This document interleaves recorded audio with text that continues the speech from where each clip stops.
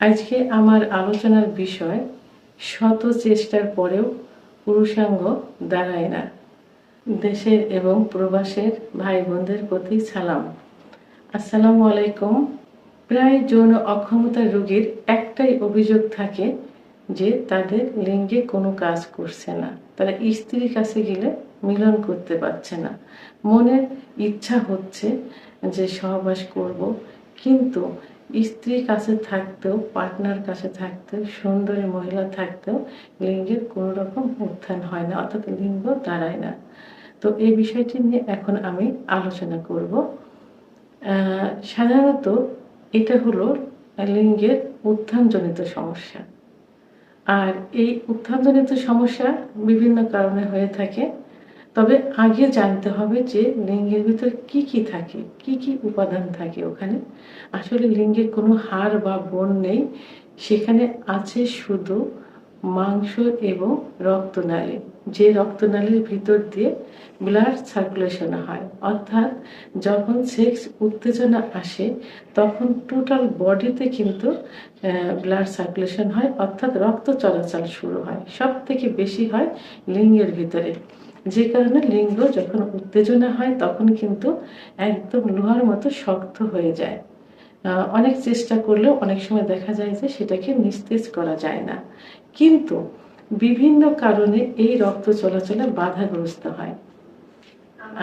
তখনই লিঙ্গের উত্থানজনিত সমস্যা চলে আসে। সাধারণত এই সমস্যা বেশি হয়ে থাকে হস্তমৈথুন করার কারণে এবং বিছানায় ঘর্ষণ দিয়ে বীর্যপাত করার কারণে, সমকামিতার কারণে। হস্তমৈথুন করলে যে নখের যে প্রেশার, অর্থাৎ হাতের যে নখ দ্বারা মৈথুন করা হয়, সেই নখের প্রেশারে লিঙ্গের যে রক্তনালীগুলো থাকে সেই রক্তনালীগুলো সংকুচিত হয়ে যায়, ফলে ধীরে ধীরে রক্ত চলাচল কমে যায়। একটা সময় দেখা যায় যে যারা অতিরিক্ত করে থাকে, অনেক সময় দেখা যায় যে রক্ত চলাচল একদমই বন্ধ হয়ে যায়। তখন হাজার চেষ্টা করলেও, ইচ্ছা হলেও লিঙ্গের উত্থান হয় না, কারণ লিঙ্গ রক্ত চলাচলে বাধাগ্রস্ত হয়। আর বিছানায় ঘর্ষণ দিয়ে বীর্যপাত করলে লিঙ্গের গোড়ায় অসংখ্য শিরা থাকে, সেই শিরাগুলো ঝুলে দেয়, কারণ লিঙ্গের মাথা থাকে বালিশ, কোল বালিশের উপরে, কিন্তু গোড়ায় প্রেশারটা বেশি লাগে, যে কারণে যে অসংখ্য শিরা থাকে এই শিরাগুলো ঝুলে যায়। অনেক সময় দেখা যায় চিরেও যায়। আবার সমকামিতা করলেও সে একই অবস্থায় লিঙ্গ ধনুকের মতো বাঁকা হয়ে যায় এবং লিঙ্গে যে শিরা থাকে শিরাগুলো সংকুচিত হয়ে যায়। অতিরিক্ত স্বপ্নদোষ হলে এবং অতিরিক্ত যৌন মিলন হলেও এটা হয়ে থাকে। আবার যারা দীর্ঘদিন আমাশয় অর্থাৎ পেটের সমস্যায় ভুগতে থাকে তাদেরও কিন্তু এই সমস্যাটা হয়ে থাকে, অর্থাৎ সেক্সুয়াল সমস্যা হয়ে থাকে, অর্থাৎ তাদের ইচ্ছাও হয় না, উত্থানও হয় না, সময়ও হয় না। আবার ডায়াবেটিস, হার্টের সমস্যা এবং উচ্চ রক্তচাপ থাকলেও এই ইরেকটাইল ডিসফাংশন অর্থাৎ উত্থানজনিত সমস্যা চলে আসে। আবার মানসিক কিছু কারণ থাকে, মানসিক যে ভয়, যাদের যৌন অক্ষমতা আছে, অর্থাৎ যৌন দুর্বলতা, যে ইচ্ছা হচ্ছে মানে বেশি না, তাদের মনে একটা আতঙ্ক চলে আসে, ভয় চলে আসে যে স্ত্রীর কাছে গেলে, পার্টনারের কাছে গেলে তাদেরকে সুখ দিতে পারবে না, হয়তো কোনো ইচ্ছাই হবে না, এমনকি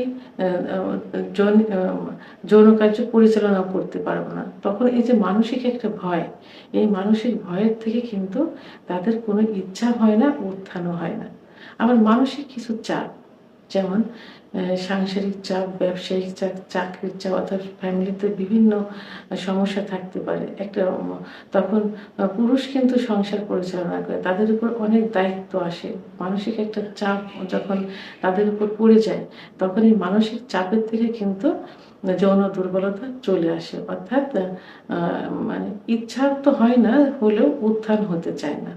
আর মানসিক শোক, দুঃখ, অর্থাৎ সবসময় মানুষের একরকম দিন যায় না, বাসায় অনেক সমস্যা থাকতে পারে, ফ্যামিলি অনেকের রোগ শোক হতে পারে, মৃত্যু হতে পারে, যে শোকের কারণেও এই দুর্বলতা চলে আসে। তো এইসব দুর্বলতার কারণে যৌন দুর্বলতা চলে আসা যৌন দুর্বলতার প্রধান সেটা হলো ইরেকটাইল ডিসফাংশন, অর্থাৎ উত্থানজনিত সমস্যা। শত চেষ্টা করার পরেও লিঙ্গকে কোনোভাবে উত্থান করা যায় না। আজকে এই উত্থানজনিত সমস্যা থেকে উত্তরণের জন্য আজকে আমি 4টি হোমিওপ্যাথি মাদার টিংচার নিয়ে আলোচনা করব। তবে তার আগে অবশ্যই যে কারণে এই সমস্যাগুলো হয় সেই কারণগুলোর সমাধান করতে হবে। অর্থাৎ হস্তমৈথুন বন্ধ করতে হবে, বিছানায় ঘর্ষণ, স্বপ্নদোষ বা যে কোনো চিন্তা ভাবনা করা যাবে না যেন স্বপ্নদোষ না হয়, এগুলো বন্ধ করতে হবে। মানসিক চাপের থেকে দূরে থাকতে হবে, অর্থাৎ সংসারে যাতে শান্তি বজায় থাকে সেই দিকে খেয়াল রাখতে হবে। রোগ শোক এটা সব ফ্যামিলিতেই হয়ে থাকে এবং এটাকে মেনে নিতে হবে, সেভাবেই সামনে আগাতে হবে। পাশাপাশি 4টা হোমিওপ্যাথি মাদার টিংচার সেবন করলে এটার থেকে খুব সহজেই পরিত্রাণ পাওয়া যাবে। 1 নম্বর agnus castus. Agnus castus mother tincture erectile dysfunction অর্থাৎ উত্থানজনিত সমস্যার উদ্ঘাটনের জন্য খুব ভালো একটা মেডিসিন। এই অ্যাগনাস কাস্ট মাদার টিংচার ওষুধটি 10 ফোঁটা ঠান্ডা পানি সহ দিনে 3 বার সেবন করতে হবে, খাবার আধা ঘন্টা আগে অথবা আধা ঘন্টা পরে। ওষুধটি 1 মাস সেবন করতে হবে, প্রয়োজনে 3 মাস পর্যন্ত সেবন করা যেতে পারে। 2 নম্বর অশ্বগন্ধা। অশ্বগন্ধা মাদার টিংচার যৌন অক্ষমতার প্রধান ঔষধ, অর্থাৎ যাদের ইচ্ছা হয় না, উত্থান হয় না, সময় কম, বীর্য পাতলা, সব ক্ষেত্রে এটা কাজ করে থাকে। তো অশ্বগন্ধা মাদার টিংচার ওষুধটি 10 ফোঁটা হালকা গরম পানি সহ দিনে 3 বার সেবন করতে হবে, খাবার আধা ঘন্টা আগে অথবা আধা ঘন্টা পরে। ওষুধটি গরম পানি অর্থাৎ কুসুম গরম পানি সহ সেবন করলে কার্যকরী ক্ষমতা বৃদ্ধি পেয়ে যায়। ওষুধটি 1 মাস সেবন করতে হবে, প্রয়োজনে 3 মাস পর্যন্ত সেবন করা যেতে পারে। 3 নম্বর পেনাক্স জিনসেন। পেনাক্স জিনসেন উত্থানজনিত সমস্যার জন্য খুবই ভালো একটা মেডিসিন, খুব ভালো কাজ করে থাকে। তা ওষুধটি 10 ফোঁটা ঠান্ডা পানি সহ দিনে 3 বার সেবন করতে হবে, খাবার আধা ঘন্টা আগে অথবা আধা ঘন্টা পরে। ওষুধটি 1 মাস সেবন করতে হবে, প্রয়োজনে 3 মাস পর্যন্ত সেবন করা যেতে পারে। 4 নম্বর এয়াহিম মাদার টিংচার। এয়াহিম মাদার টিংচার ওষুধটি 10 ফোঁটা ঠান্ডা পানি সহ দিনে 3 বার সেবন করতে হবে, খাবার আধা ঘন্টা আগে অথবা আধা ঘন্টা পরে। 1 মাস সেবন করতে হবে, প্রয়োজনে 3 মাস পর্যন্ত সেবন করা যেতে পারে। তো এই যে উত্থানজনিত সমস্যা, এই সমস্যা সাধারণত 40 বছরের পরে যে সমস্যা বেশি হয়ে থাকে। তবে এখনকার দিনে দেখা যাচ্ছে 20 বছরের পরে 18, 19 বছর, 20 বছরের থেকেও এটা শুরু হচ্ছে। যে কোনো সময় যে কোনো রোগীর ক্ষেত্রে এই সমস্যা হতে পারে। তো এই সমস্যার সমাধানের জন্য উপরোক্ত 4টি মাদার টিংচার সেবন করতে হবে। আর মাদার টিংচার অবশ্যই জার্মানি হতে হবে এবং কেনার সময় বিশ্বস্ত দোকান থেকে কিনতে হবে, কারণ ওষুধ চেনা যায় না, সব দেখতে একই রকম, এই জন্য সিলগালা অবস্থায় কিনতে হবে এবং অবশ্যই জার্মানি ওষুধ হতে হবে।